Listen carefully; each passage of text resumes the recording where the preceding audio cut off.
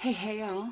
So, um, I'm all of a sudden a busy gal. I guess I shouldn't have been slacking for like all summer because now here we are, supposedly fall, but it's like 100 outside. I don't know.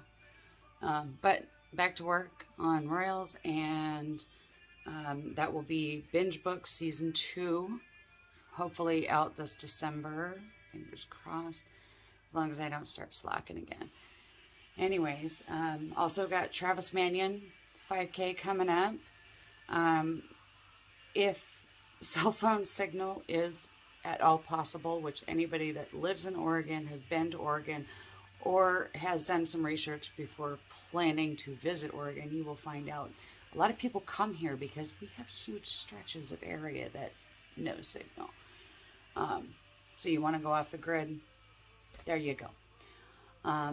Anyways, so if cell phone signal is at all possible, I will be trying to do that run live. If not, I'll do a video, do something, because I want to include all y'all in this. And, it's a great, just a tremendous blessing to be a part of it and to have been invited by my cousin, which I greatly appreciate.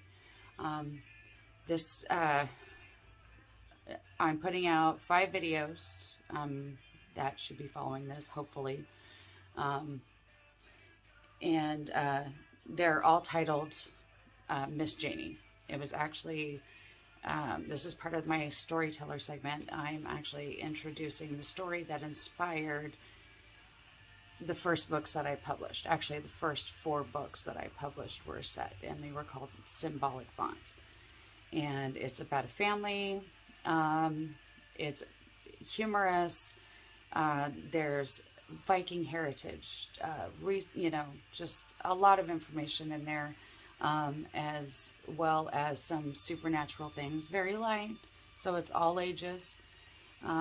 Just to let you know, had younger cousins coming up reading my stuff. I didn't want to be scandalous, Now, if they peeked at my own Kindle, anyways.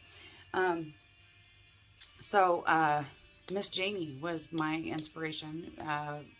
There were several of us cousins that were in a writing group together, and I can't even remember the prompt, but this story came out, and it's you'll probably detect as I'm reading it.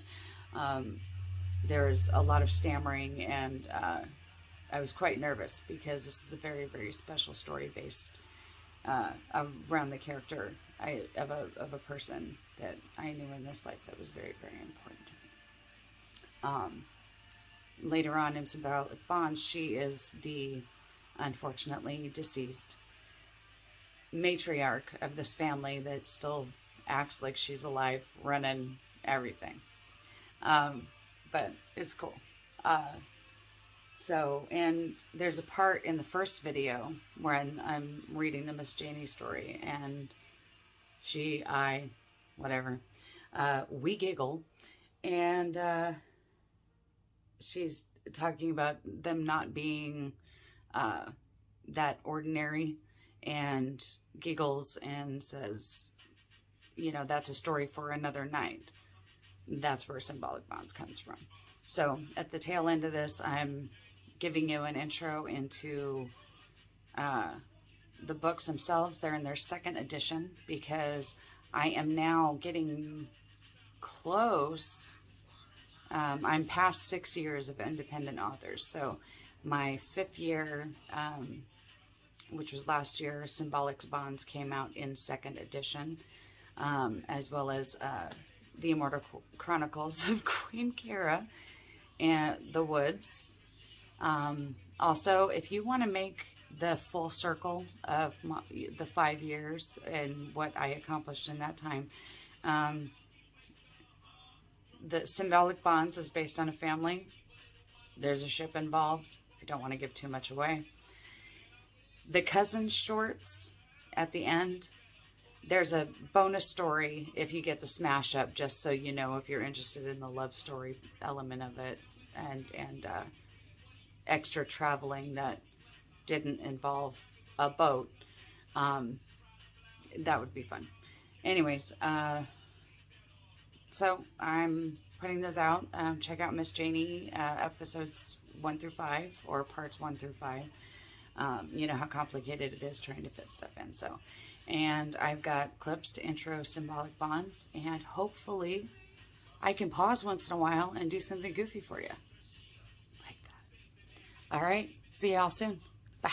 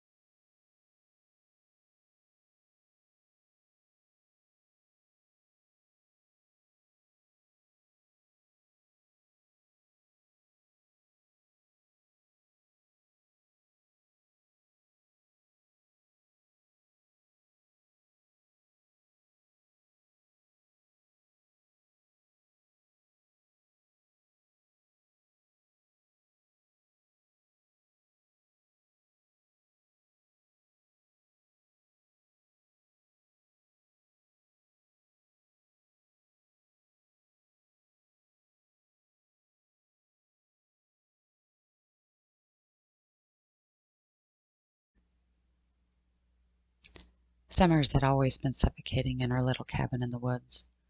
This summer, it seems the heat is inescapable. I lay tossing and turning next to my husband, trying to force myself to sleep. I'd been watching him out like a light since his head hit the pillow. I always envied his ability to leave the business of the day behind and float off to the dream world. Not me. My mind will run all night if it weren't for inevitable exhaustion. Moving my body closer, I lay studying his features. The moonlight seemed to be guiding my secret exploration of this treasure before me, examining his long lashes and smooth sun-kissed skin, my eyes silently caressing his muscular arms, traveling down to hands twice the size of mine. These hands may have been tough and calloused from long hours of hard labor, but felt like silk when he would touch my cheek when he kissed me. Blissfully peaceful, I would watch him like this forever. All I can think to myself is, after all these years, how was I so lucky? Hearing our newest addition stir in his bassinet, I place a butterfly kiss on my husband's neck just below his ear. I didn't want to wake him, but I noticed the kiss made him smile. Tiptoeing across the wooden floor towards the bassinet, I peek over the side and giggle, seeing the same smiling face as my husband, just much smaller. Michael was the spitting image of his father. Our boys share the same beauty that I fell in love with all those years ago. Their father's chocolate-colored hair, eyes that sparkle as if filled with iron pyrite, and of course that smile that charms me like a spellcaster every time I see it. What are you doing, my sweet? He keeping you awake too? I reach for Michael and his smile widens. Let's get you something to drink, baby. Michael cooed as I tucked him close to me and headed for the kitchen. Next, grabbing a bottle of milk from the icebox, we were headed to the living room. My rocking chair had been sitting by the front window since our first son was born 12 years ago. My husband built that chair himself in our barn from wood his father had left stored in there. Sitting gently, I lean Michael back in the crook of my arm, cradling him in hopes this poor sweet baby gets some sleep, while my mind runs wild as it does. The day my husband finished this chair, he brought it into the house with a ribbon he made of fabric scraps from my sewing box. He kissed me as a tear rolled down my cheek and looked a little confused. A gift for my bride. Do you like it? Worry was evident in his voice. It's beautiful, I replied in a bare whisper. Placing my hand on the back, I glide my fingers over the hand-tooled carving, studying every detail of this magnificent chair. I thought of all the work and care he took creating this piece of art for me. I couldn't take my eyes off the chair as another tear rolled down my cheek, and I could only giggle sheepishly. Well, why don't you sit down and test it out? He looked at me, half smiling. I think he was afraid I didn't like it, but these were good tears. Tears that meant I knew how much he loved me, whether he's bearing gifts or not. I walked around the chair and sat down, noting that for a wooden chair, this was amazing. I felt so comfortable. The armrests were the perfect height. The back supported my head just right when I leaned back. I could sit and rock for hours. He placed it in the perfect spot facing out the front window looking to our forest. The sun was shining through the canopy, giving the property an ethereal glow, and I turned back to catch him on bended knee in front of me. Would you do me the honor of rocking all our babies in this chair? He still had that sad look on his face, as if he were worried I wasn't happy, but I was over the moon. I looked him in the eyes, reaching to take his hands in mine. As many as you'll give me, I giggled, and he leaned in and kissed me so gently, as if he thought I were fragile. On hot nights like this, I usually open the windows and let the breeze in, though tonight it didn't seem to make much difference.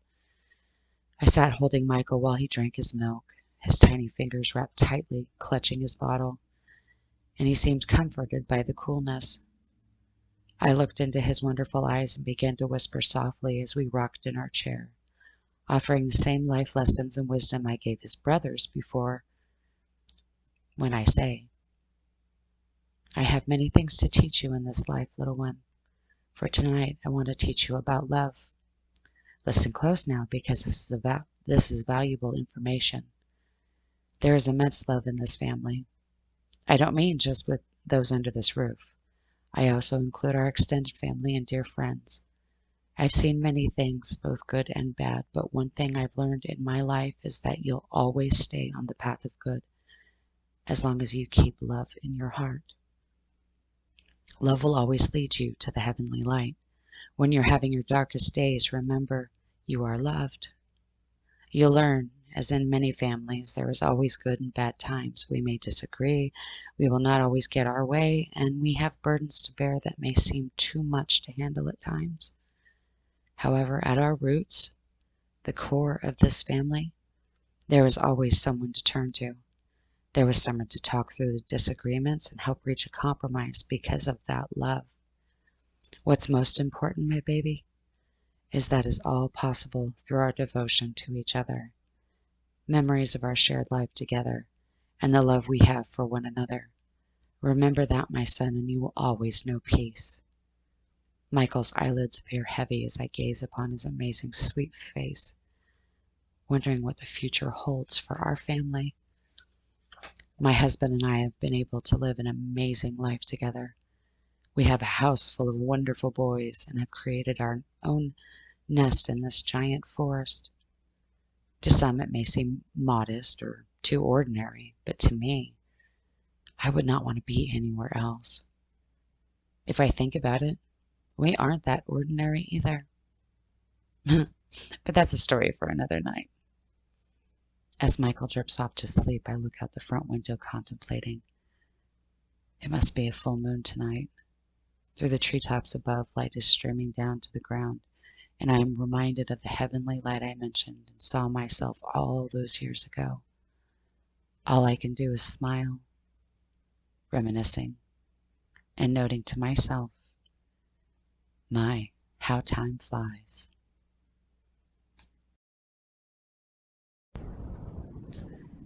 My hand trembles as he places the ring on my finger, but not for the sound of the preacher speaking. I would have believed us to be alone in this moment. Tears slowly spilling from my eyes, not of woe, but pure love and joy. And with this ring I thee wed. He looks deeply into my eyes as his words touch my very soul. The ring easily sliding onto my finger, designed just for my hand. We both share a smile as he takes both my hands in his. I now pronounce you man and wife. You may now kiss your bride. The preacher nods approvingly towards my groom, who looked as if he'd been anticipating this very moment his entire life. He leans down, placing the softest, sweetest kiss upon my awaiting lips. The audience cheered with jubilation as the preacher announces us as Mr. and Mrs. We both laugh, and I lean my head back to look into his eyes. They were shimmering so brightly in the sunlight, I became lost in their warmth and mesmerized by the flecks of gold dancing near the surface, a sparkle reserved for only me, or at least I like to believe. We turn and wave at our family and friends applauding us on their feet. I feel him squeeze my other hand in turn, giving him my full attention. We both hesitate in that spot we were joined before our God and our loved ones. He winks, pulling me to him to kiss my cheek, and whispers near my ear, "Run away with me." I didn't bother to answer. Instead, tugging his hand, we began to run. Hand in hand, we ran straight down the aisle past our guests, laughing and cheering. I glanced back to see the most amazing smile that has ever crossed his face and felt my heart nearly burst. When we reached the tree line beyond my father's home, I stopped, leaning my back against a tree to catch my breath. We were laughing so hard at our abrupt departure, and the running made it difficult for us both. He stands in front of me holding his side, and we can't take our eyes off each other. My beloved husband straightens, standing at full height in front of me. I bite my lip as I take in every inch of his handsome face. He reaches one hand out, placing it carefully on my cheek, as if he were afraid that it would break upon his touch. Not possible. He steps closer to me, and I no longer feel the tree at my back. "Janie," he speaks. Pausing, he clears his throat. "Now that we are alone, if even briefly," he looks off into the distance as we hear voices nearing my father's house from the wedding reception. Shifting his eyes back to me, he finished, "I've been awaiting this moment for longer than you could imagine. May I kiss you?" His gaze averts to his feet when he blushed, as if that question were silly, and he clarifies, "I know we just had our first kiss as husband and wife, but I wish to kiss you as I couldn't in front of our parents." Our eyes meeting. A smile lifts the edge of his lips. "I just love you so much, and I want to show you, if I can, with a simple kiss." I giggle and place my hands on either side of his neck, lightly tugging him closer to me, and smile welcomingly. "Yes, sir, you may." Taking in a deep breath, he paused, staring into my eyes, adorably nervous, his arms wrapped around my waist, pressing me to him. I feel his hesitation, but close my eyes and melt against him when our lips met. His embrace so soft and warm as I take in the musky scent of his aftershave. Though he is my husband now, I believe I would still flush if we had been noticed, especially the preacher there. Oh my. Thankfully, we are all sheltered by the same trees I explored with my siblings as children. Tethered together, I still feel as if I'm floating just inches above the ground. His other hand softly runs up the nape of my neck, fingers tangling into my hair. Our breathing swifter, and I can feel his heart beating through his chest, matching mine. In his warm, strong embrace, we were one spirit, intertwining and dancing together, merging into one soul. I can feel a beam of warm sunlight shining down on us, as if it were the hands of God himself weaving two separate beings into one in that moment. We fit together like two puzzle pieces perfectly designed to form one beautiful portrait of love. I am so blessed to have been matched with the man designed specifically for me. I can say just like this, "This is my forever."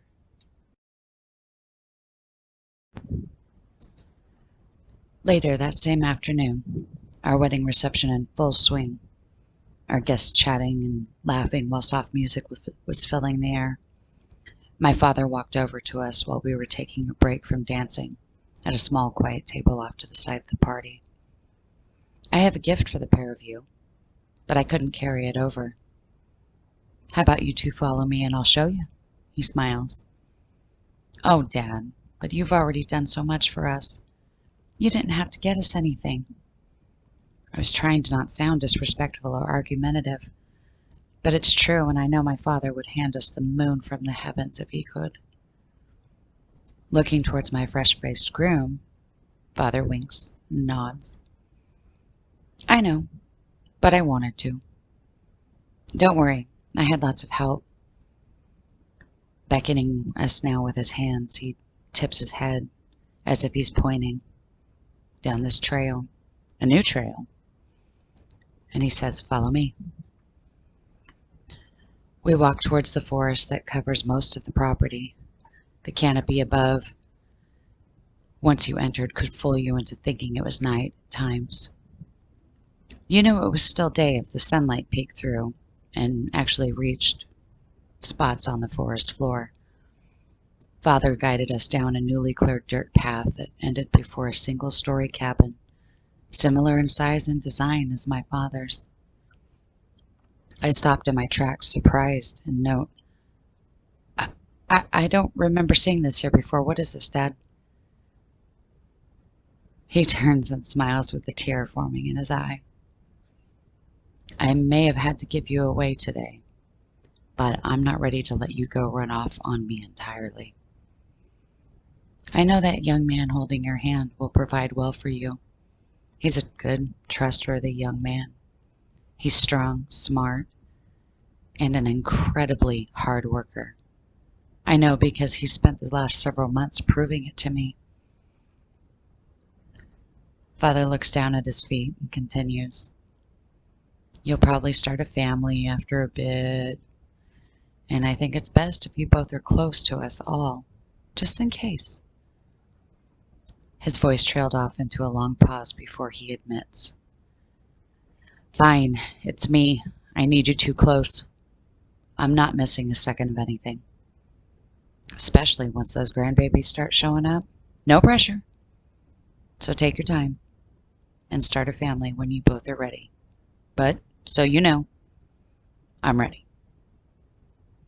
He shifted, almost seeming uncomfortable, finishing with, "I'm just letting you both know I'm excited for the future, that's all." I was speechless when I turned to my groom, who had nothing to add as tears stung my eyes. "Dad, how did you manage all of this? This is too much. We can't possibly." "Nonsense. You can and you will move into the cabin, Jenny girl." He cut me off with a wave of his hand. His smile widens with such pride as he gazes into my eyes. "Your groom, your brothers, and I logged and milled all the timber ourselves. We designed it similar to my house, 4 bedrooms, a bathroom, and a kitchen complete with an old oak dining table and chairs. I figured that table would be more use here. Over time. I don't need all this stuff. My nest is empty. Although all the excitement and enthusiasm from your groom here told me this house is going to be filled with laughter, love, and grandbabies for me to spoil. That is my gift from you both. Now please, accept this gift from the family, baby girl." "We should probably go inside and look at your gift. Your groom is bursting to show you. He is great at fine detail work, by the way." Father turns abruptly, and I take in one last look at the outside of our new home. It had not simply the log cabin feel, but it was our fairy tale cottage in the woods. The very one we dreamed up together and prayed so hard we could one day share. I can see a couple chimneys jutting from the roof on opposite ends of the house.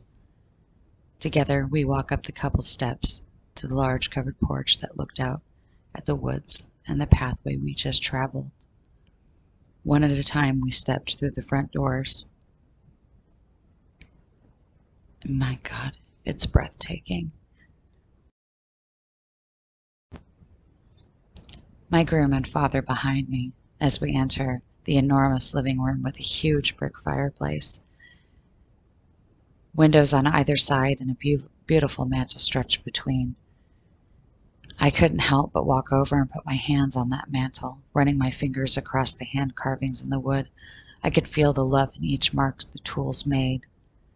Out of the corner of my eye, I see my husband nudge my father with his elbow, and when he whispered, "I think she likes it," father whispers in return, "You did good work here, son. I know for a fact she loves it." I turn and look at them both with tears spilling down my cheeks, too stunned and thankful to speak. I can't even put to words how beautiful and incredible everything is. The wooden floor that matches the mantel perfectly, big windows on either side of the front door, seems so bright in here for being cocooned by all these trees. Chuckling, my father jokes through sniffles himself. "Oh, come on, baby girl. Don't get all sappy on me yet. We still have a whole house to look at." Father winks at me and takes my hand, leading me through a large rounded archway into the kitchen. My eyes went straight for that oak table and chairs. At Dad's house, that table was massive. In this kitchen, it perfectly fit. Oddly, like the kitchen was built to accommodate that table and then some. No pressure, right, Dad? I remember eating many meals with my parents and siblings at that very table. The birthdays we'd huddle around Mom's yummy cakes, or the hours slaving away on paperwork, my father and uncle, burning candles at both ends.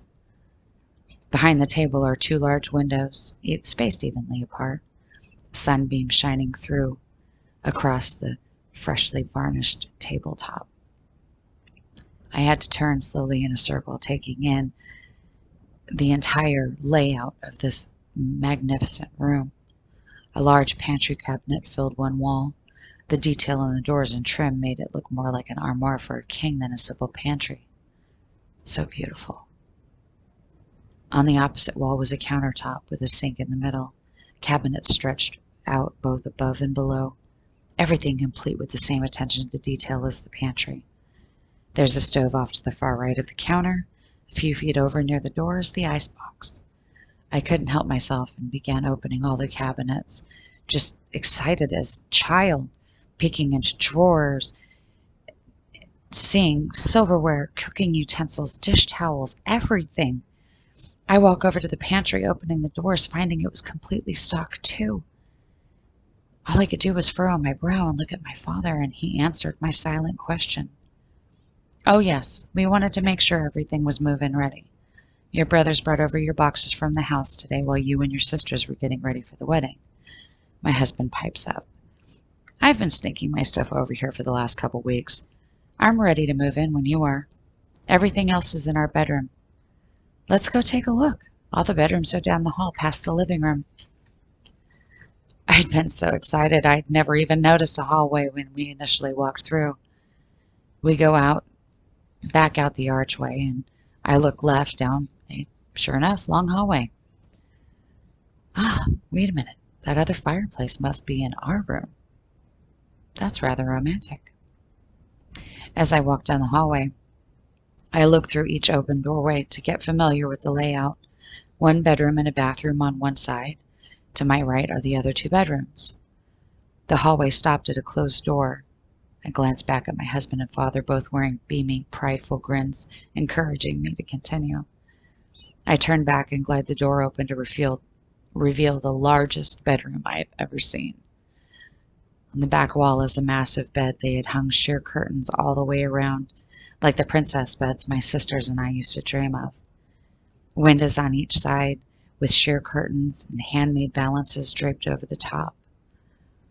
The bed was covered in this remarkable quilt that reminded me of my mother's work. She made even sewing a simple blanket appear as art fitting a museum wall. I had to step forward and caress the stitching with my fingers. This must have taken a year to sew at least, and feels as many hands were involved in this incredible work. I feel my mother in this too. Hearing me sniffle shakily, my father puts a comforting hand on my shoulder. As soon as your engagement was announced, your sisters found that in your mom's treasure box. They quickly gathered all their sewing stuff and finished it for her. I have no idea. He'd known my thoughts instantly went to Mom. She made wedding quilts for my siblings before me. Dad built this girl's hope chest that the quilts would be stored in and other little gifts Mom would find over the years. Tradition dictates we receive these cedar chests on our wedding day. Mine now is placed at the foot of my new bed. I was left momentarily breathless, not realizing I had this waiting for me too. After Mother had gone, I had no expectations this would be here. This is all so much. My eyes dart around the room. Everything is so beautiful. Words are not even adequate to express the emotions I'm feeling right now. I realize I still have tears in my eyes, down my face, and they're just not going to quit. I noticed boxes lining the wall just as we walked in the door. In the opposite corner from the floor to ceiling was a built-in armoire. I opened the large doors, and inside there were drawers on each side, dividing this into his and her wardrobe with an opening with a hanging rod. My husband had a few things hanging up already. I looked down below his clothes, and next to a pair of my husband's boots was a 1 foot by 1 foot wooden box.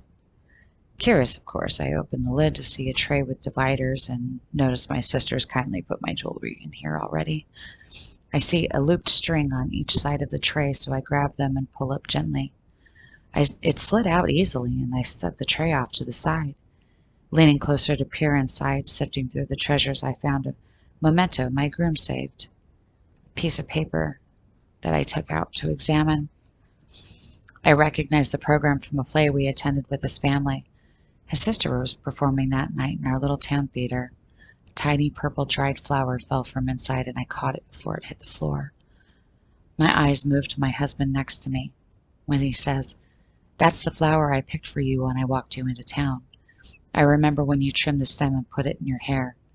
When I walked you home, a gust of wind blew that flower from your hair." Hands now over my heart, he wags a finger my way. "You didn't notice, but I quickly grabbed it and held it in my hand the entire way till I got home and put it in this program. That was the night I decided to ask your dad for your hand. I always knew I wanted to marry you, but was intimidated to ask your father too soon into courting. I didn't want him to get the wrong idea about my intentions." My father nodded approvingly, and I reached for my husband's face, placing a hand on either cheek, and I gave him a soft, warm kiss. He made sure I kept chase, because, after all, my father was standing right next to him. Father clears his throat, announcing, "Well, I better get back to the party. You two take your time looking around." He heads down the hall and stops short. "Oh, and son, when you get back to the party, we'll arrange a time to gather the rest of the boys to start moving that other furniture in. You have a place to sleep and a way to eat for tonight." No worries." "We have furniture?" I looked between them, surprised. My father, almost boastful. "Oh yes, that man you have there is an excellent planner. He wanted to make sure you had all you needed as a newly married couple. He was better prepared than either of your sister's husbands. Those two don't even have enough neurons between them to transmit an SOS. But you didn't hear that from me." Father raised a brow, looking over his glasses at us both warningly. "But they're good boys and take good care of my girls, so I'm glad I gave my blessing. However, this young man right here, I'm keeping. You be good to him, Janie girl. He spent an awful lot of time and effort showing me just how much you were loved." I put my hand over my heart and smiled through tears. "I will, Daddy." My husband smiles with pride when they exchange a handshake, and my father nods. "I better get back now. I'll see you both soon." Taking advantage of the pause, I run down the hall and jump into his arms on my tippy toes, whispering in his ear, "I love you, Daddy." He leans back and smiles. "I love you, baby girl, and I'll never be far away."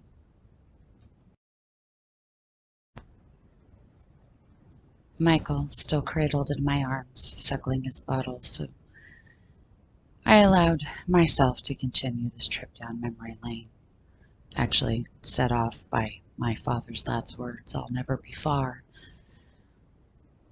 And it reminded me, I guess I do have to suck it up and take the bad with the good. Even going back and remembering a disagreement that we may laugh about now, but it tore my heart to shreds at the time. Damn it, I'm not going to take being treated like some cattle that you just prod to do your will. How dare you say you're going to put your foot down with me? I am your wife. For the first time in our life together, I can honestly say that I surely don't feel like it. I looked deep into his eyes that had darkened with anger. In my rage, I yanked off my wedding band from my finger and threw it right in his face. I had to turn away and storm off for fear I would do more irreparable damage. Of course, he had nothing to say, so I was gone. Stomping down the hall towards my rocking chair, plopping down in anger, I sat rocking with fury, my foot tapping so fast when I sat, and then slowly my rocking developed a more relaxed rhythm. Staring out my window at the forest soothed most of my anger, but not all of it. The night outside reflects my mood. Everything is pitch black. There's a storm coming in, so there is a lot of cloud cover tonight. I felt as if I'd been sitting here for quite some time when I heard our bedroom door open down the hall. Even though I had relaxed, hearing my husband now coming, I immediately returned to defensive mode, tugging my sweater closed in the front and crossing my arms angrily. My pace in the chair picked up and I turned away to face out the window. I saw him standing behind me in the window's reflection, holding my ring in between his fingers. He keeps glancing from the ring to me in the mirror, or reflection of the window, I should say. And I continued to watch him in the glass for what seemed several minutes before I saw him move closer towards me. But of course I refused to budge, and his image soon left the window pane as he had moved to stand in front of me. I was as still as the night outside this window. I would not give in. I swore to myself.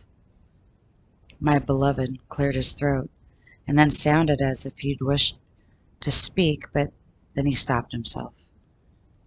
Finally, I looked towards his face. He was on bended knee in front of me.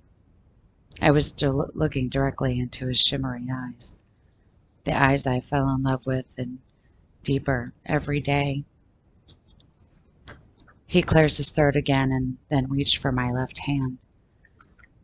I let him draw it slowly towards him and noticed his hands trembling. It reminds me of the day that he placed that on my finger. His hands shaky with anticipation, fear, and love all bursting forth at once as he slowly guided the ring over my finger. All those years ago. His eyes now set on mine. I noticed he had an almost mischievous look to him. "I want you to feel like my wife. I have since I placed that ring on your finger. I am sorry I upset you so much." He paused and held both my hands in his before he finished. "But as your husband, I will have to put my foot down about where that ring will stay." I gasped, incensed, and looked to him in shock that he had dared to say those words again, and I moved to jerk my hand back. But he stopped me and bit back a chuckle before he said, "No, I'm serious." I would have been out here sooner, but it took forever to find that. So please, if anything, keep this on that finger because I love you, especially when you're this hateful and wicked. I couldn't help but start laughing with him at both his words and the thought of him frantically searching for that ring. Quite comical. That's probably what calmed him, the panic he thought he had lost that forever. Suddenly I couldn't remember what had started all of this, but that was officially our first fight ever.